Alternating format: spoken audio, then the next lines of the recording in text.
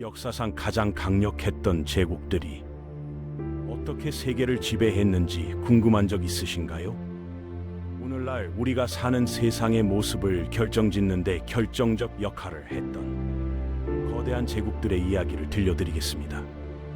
이들 중 일부는 현재 지구 전체 육지 면적의 4분의 1을 차지했던 제국도 있었습니다.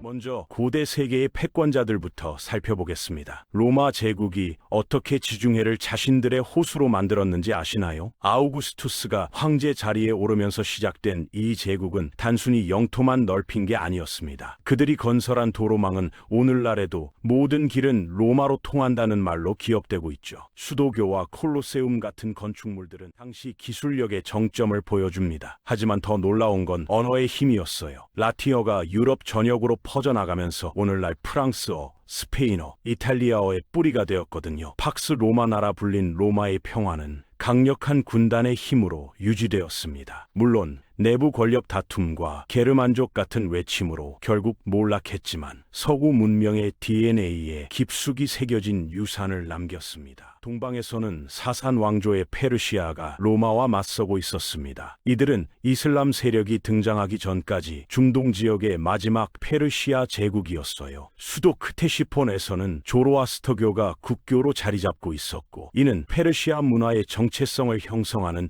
핵심 요소였습니다. 특히 주목할 점은 그들의 기병 중심 군사 체계였는데요. 중장기병 카타프락토이는 당시 최강의 전력으로 여겨졌습니다. 실크로드를 통해 인도와 중국을 잇는 무역의 중역할을 했던 페르시아는 경제적으로도 막강한 힘을 자랑했죠. 비록 종교적 소수자들과의 갈등이 간헐적으로 발생했지만 전반적으로는 관용적인 정책을 펼쳤습니다. 중세로 넘어가면서 비잔틴 제국의 이야기를 빼놓을 수 없습니다. 동로마 제국이라고도 불린 이 나라는 로마의 전통을 계승하면서도 그리스 문화와 기독교 신앙을 융합한 독특한 정체성을 만들어냈어요. 유스티니아누스 대제 시절이 전성기였는데 그의 명장 벨리사리우스는 반달족이 점령한 북아프리카와 동고트족의 이탈리아를 되찾아왔습니다. 콘스탄티노플은 당시 세계에서 가장 부유하고 견고한 도시 중 하나였고, 하기야 소피아 대성당은 그 웅장함의 상징이었죠. 하지만 페르시아, 아랍, 슬라브족 등 사방에서 밀려오는 침입자들과 끊임없이 싸워야 했고, 내부적으로도 황제권을 둘러싼 정치적 혼란이 계속되었습니다. 우마이야 칼리프북은 정말 놀라운 속도로 팽창했습니다. 중동에서 시작해 북아프리카를 거쳐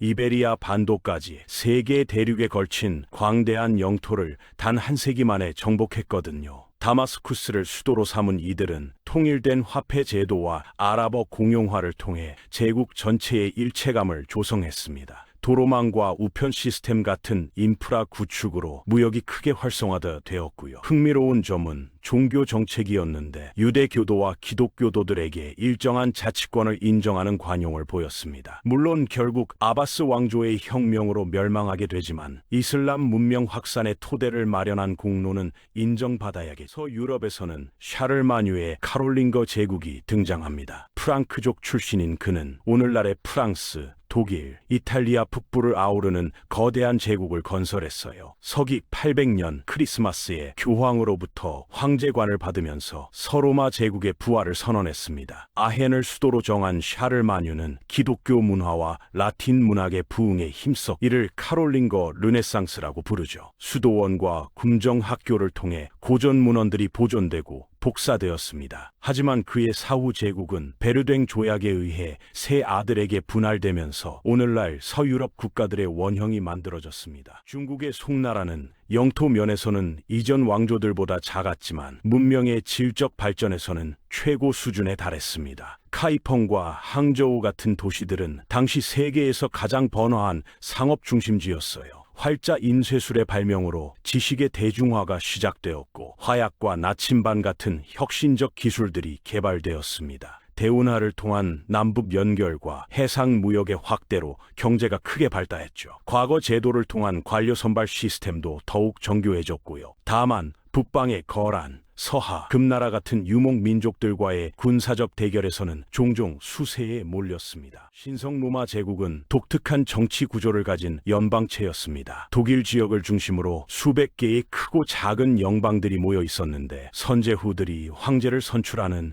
시스템이었어요. 교회와의 관계도 복잡했는데 때로는 협력하고 때로는 갈등을 빚었습니다. 마인츠, 레겐스부르크 같은 도시들이 제국의 적 중심 역할을 했고 라인강을 따라 알딸한 도시들은 상업의 중심지가 되었죠. 분권적 구조 때문에 통일된 정책을 추진하기 어려웠지만 그 덕분에 지역별 다양성과 자치 전통이 발달할 수 있었습니다. 카페 왕조의 프랑스는 점진적으로 왕권을 강화해 나갔습니다. 처음에는 파리 주변의 작은 영토만 직접 통치했지만 시간이 지나면서 봉신들을 복속시키고 영토를 확장했어요. 고딕 건축의 걸작인 노트르담 대성당과 생트 샤펠 같은 건물들이 이 시기에 건설되었습니다. 십자군 전쟁에 적극 참여하면서 프랑스의 국제적 위상도 높아졌고 파리 대학은 유럽 최고의 학문 중심지로 자리 잡았죠. 프랑스어와 프랑스 문화가 유럽 귀족 사회의 표준이 되어가는 과정이기도 했습니다. 이제 정말 충격적인 제국의 등장입니다. 칭기즈칸이 건설한 몽골 제국은 역사상 가장 거대한 연속 영토를 자랑했어요. 한반도에서 동유럽까지 시베리아에서 인도차이나까지 아우르는 엄청난 규모였습니다. 유목민의 기동력과 조직력을 바탕으로 한 몽골군의 전술은 당시로서는 혁명적이었죠. 카라코룸이 초기 수도였고 나중에는 캄발리크가 중심지가 되었습니다. 실크로드 전체를 통제하면서 동서 문명 교류가 전례 없이 활발해졌어요. 정복 과정에서는 잔혹했지만 일단 지배가 안정되면 종교와 문화에 대해 상당히 관용적인 정책을 폈습니다. 칭기즈칸 사후 제국이 여러 칸국으로 분열되었지만 각각이 여전히 거대한 세력을 유지했죠. 근세로 접어들면서 명나라가 중국을 재통일합니다. 몽골족의 원나라를 축출하고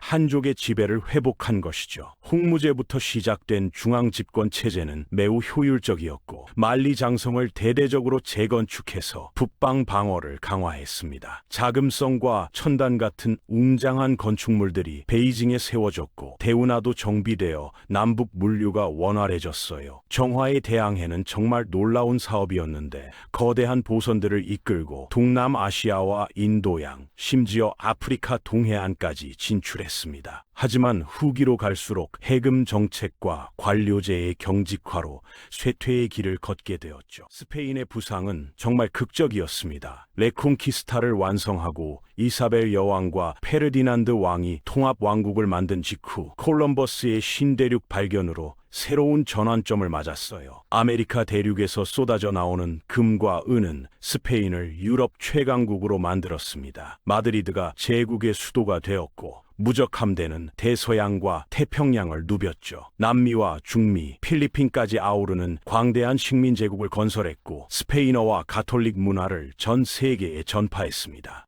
합스부르크 왕가와의 연합으로 유럽 정치에서도 막강한 영향력을 행사했어요. 오스만 제국은 세 대륙에 걸친 진정한 세계 제국이었습니다. 술탄 술레이만 대제 시절의 절정에 달했는데 비엔나 성문까지 진격해서 유럽을 공포에 떨게 만들었어요. 콘스탄티노플을 수도로 삼아 보스포루스 해협을 통제했고 예니체리라는 정예 부대를 앞세워 발칸 반도와 중동, 북아프리카를 지배했습니다. 지중해 동부와 흑해는 사실상 오스만의 내해나 다름없었죠. 밀레트 제도를 통해 종교적 소수자들에게 자치권을 보장하는 관용 정책을 펼쳤고 이스탄불은 동서 문명이 만나는 국제 도시로 번영했습니다. 루이 14세의 프랑스는 유럽 문명의 새로운 기준을 제시했습니다. 태양왕이라 불린 그는 베르사유 궁전을 건설해 절대 왕정의 상징으로 만들었어요. 프랑스어가 유럽 외교의 공용어가 되었고 프랑스 패션과 예술이 각국 궁정의 모델이 되었습니다. 유럽에서 가장 많은 인구를 바탕으로 강력한 육군을 유지했고 콜베르의 중상주의 정책으로 경제력도 크게 신장시켰죠. 하지만 끊임없는 전쟁과 사치스러운 궁정 문화로 재정이 악화되었고 결국 1789년 대혁명의 폭발로 이어졌습니다. 나폴레옹의 등장으로 잠시 유럽을 제패하기도 했지만 결국 연합군에 의해 좌절되었어요. 대영 제국은 인류 역사상 가장 광범위한 제국이었습니다. 해가 지지 않는 제국이라는 말이 허언이 아니었죠. 전 세계 육지의 4분의 1과 인구의 4분의 1을 통치했으니까요. 런던을 중심으로 인도, 호주, 캐나다, 남아프리카 등 전 대륙에 식민지를 두었고 영국 해군이 전 세계 해상 교통로를 장악했습니다. 산업혁명의 발상지답게 기술적 우위를 바탕으로 한 경제적 지배력이 압도적이었어요. 영어가 세계 공용어로 자리 잡기 시작한 것도 이 시기였고 철도와 전신, 증기선 등 근대 교통통신 수단으로 제국 전체를 연결했습니다. 물론 식민지에서의 저항과 독립운동이 끊이지 않았지만 19세기 내내 팍스 브리타니카를 유지할 수 있어 마지막으로 미국의 등장입니다. 20세기 특히 제2차 세계대전 이후 미국은 명실상부한 세계 유일 초강대국으로 부상했어요. 대서양에서 태평양까지 아우르는 광대한 영토와 풍부한 자원, 그리고 무엇보다 압도적인 산업 생산력이 그 기반이었습니다. 두 차례 세계대전에서 결정적 역할을 했고 냉전 시대에는 소련과 치열한 패권 경쟁을 벌였죠. 소련 붕괴 후에는 단극 체제의 정점에 서게 되었고요. 워싱턴 DC에서 나오는 정책들이 전 세계에 영향을 미치고 뉴욕과 로스앤젤레스는 세계 문화의 트렌드를 주도하고 있습니다. 민주주의와 자본주의 가치를 전 세계에 전파하면서 소프트 파워까지 장악했어요. 이렇게 보면 각 시대마다 세계를 지배한 제국들의 특징이 뚜렷하게 드러납니다. 고대에는 군사력과 인프라, 중세에는 종교와 문화적 통합력, 근세에는 해상력과 경제력, 그리고 현대에는 기술력과 소프트 파워가 핵심 요소였던 것 같아요. 각 제국들이 남긴 유산은 오늘날에도 우리 삶 곳곳에 스며들어 있고 앞으로도 계속 영향을 미칠 것입니다. 역사는 반복되지 않지만 운율을 맞춘다는 말처럼 이들 제국의 흥망성쇠에서 우리가 배울 교훈들이 참 많네요.